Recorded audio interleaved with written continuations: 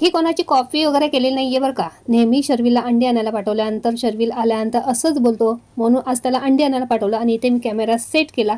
म्हटलं तो काय बोलतोय ते बघूया. आणि आल्यानंतर सेम जसं मला अपेक्षित होतं तसंच बोलला. त्याला माहिती नव्हतं मी इथे कॅमेरा सेट केलेला आहे. तर अंडी मी शिजवून घेतलेली आहेत आणि अंडी शिजवल्यानंतर सोलायचं काम हे शर्विलकडे असतं.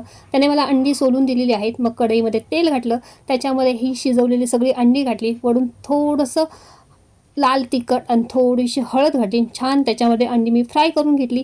अंडी शिजेपर्यंत एका साईडला मी वाटपसुद्धा करून घेतलेले. वाटपामध्ये ओलं खोबरं, एक मोठा कांदा, 5-7 भिजवलेले काजू, 1 चमचा पांढरे तीळ, आलं लसूण सगळं घालून भाजून घेतलं आणि ते वाटपसुद्धा त्याचं केलेलं आहे.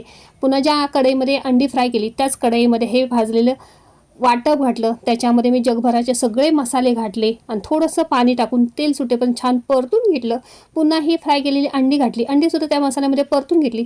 त्याच्यामध्ये 1 ग्लास पाणी घातलं, वरून मीठ घातलं. 5 ते 7 मिनिटं अंडाकढी छान उकळून घेतलेली आहे आणि मस्त अशी टेस्टी अंडाकढी आपली तयार झालेली आहे.